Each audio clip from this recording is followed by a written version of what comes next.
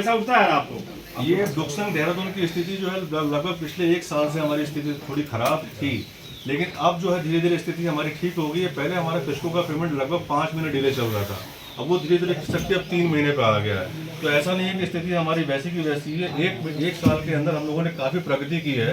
पहले हम कर्मचारियों को तनख्वाह नहीं दे पा रहे थे, अब हम कर्मचारियों को तनख्वाह दे पा रहे हैं यहाँ पे।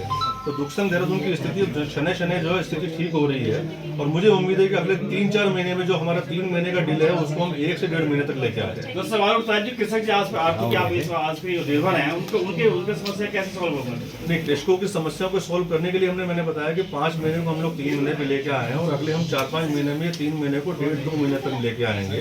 क्योंकि मिल्क की एक साइकिल होती है, 1.5 महीने का साइकिल तो एक अनुमान्य साइकिल है कि 1.5 महीने तो आपको आप लेट पेमेंट कर सकते हो, क्योंकि हम भी आर्मी में पेमेंट करते हैं, आर्मी में दूर करते हैं। आर्मी का पेमेंट हमारा लगभग 1 से 1.5 महीने बाद आता है। तो जब पेमेंट हमें प्राप्त होता है वही पेमेंट हम फार्मर्स को अपना देते हैं। तो 1.5 महीने की तो मान्यता हम लोग लेके चलते हैं।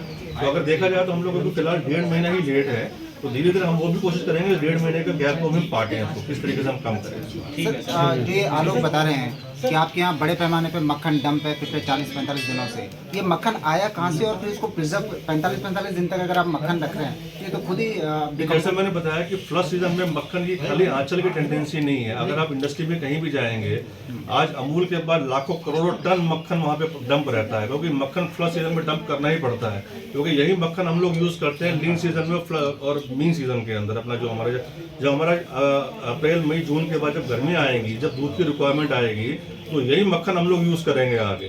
तो मक्खन बेसिकली एक टेम्परेचर मक्खन का होता है -20 डिग्री में हम टेम्परेचर में मेंटेन हम करते हैं। अगर -20 डिग्री पे हमने मक्खन को रखा तो उसकी 1 साल की शेल्फ लाइफ होती है। ऐसा नहीं है कि मक्खन जो है 4 दिन में खराब होने वाली कमोडिटी है। मक्खन को 1 साल तक -20 डिग्री पे हम लोग स्टोर कर सकते हैं।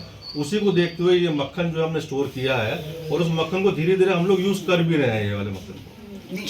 जैसे कि आपका डिमांड के अनुरूप आपका प्रोडक्शन सेल्फ प्रोडक्शन ऑलरेडी कम है, जब आपको प्रोडक्शन कम है तो आपके पास इतना मक्खन आ कैसे गया, कहाँ से गया? नहीं, वो बता रहा हूँ। मक्खन बेसिकली मैंने आपको कल भी बताया था कि मक्खन हम लोग क्या बना रहे हैं। हमारे पास जो टोटल स्टेट का जो प्रोक्योरमेंट है इसमें 2,20,000 लीटर है। स्टेट के प्रोक्योरमेंट के बाद हमारा जो कंजप्शन है वो लगभग 1,60,000 लीटर है।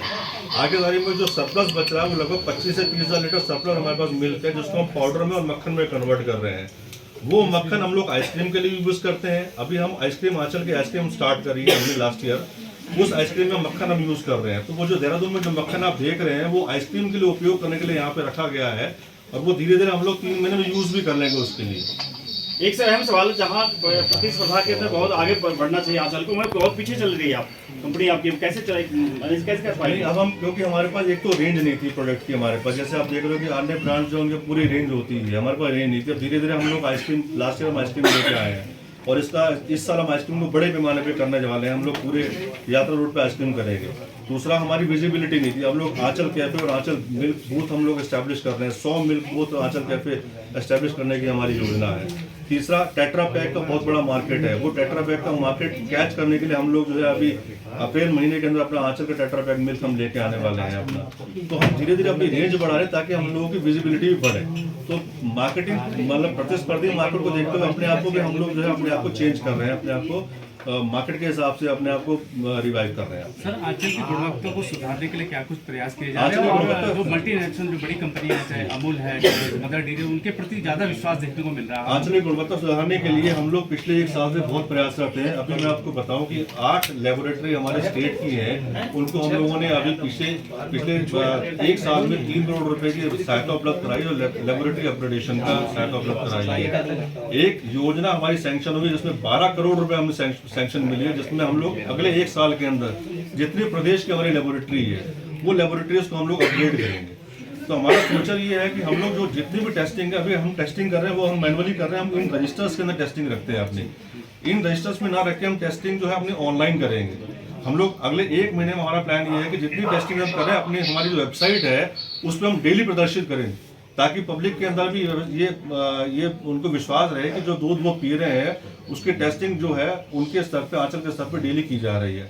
तो जितनी अडल्ट्रेशन की टेस्टिंग है, जो हार्मफुल सब्जेक्ट जो भी होते हैं उसमें उनकी डेली टेस्टिंग हम करने के बाद हम लोग उसको डेली प्रदर्शित करेंगे। ये व्यवस्था हम लोग 1 महीने के अंदर करने वाले हैं। ठीक है सर, एक चीज़ थोड़ा क्लियर कर दीजिएगा, क्योंकि जो मेलामाइन वाले मामले में एक तो फूड एंड सेफ्टी ने किया है कि हम कोर्ट जाएंगे, वो कोर्ट में करेगा।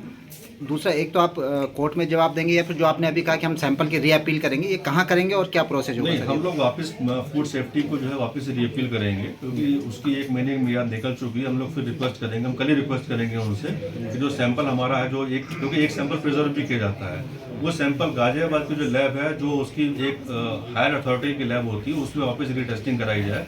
और उसमें हम प्ली यही लेंगे कि जिस दूध से वो प्रोडक्ट बना है, उस दूध का जो है जब टेस्टिंग की गई तो वो नील मेलामाइन आप ही ने निकाला, और बाकी जो प्रोडक्ट हमारा बना उसमें मेलामाइन की मात्रा दिखाई जा रही है, तो वापस से रीटेस्टिंग की इसमें आवश्यकता है। तो हम लोग वापस से कल ही उनसे रिक्वेस्ट उनसे अपील करेंगे कि आप उसको अगली लैब के अंदर भेजें। ठीक।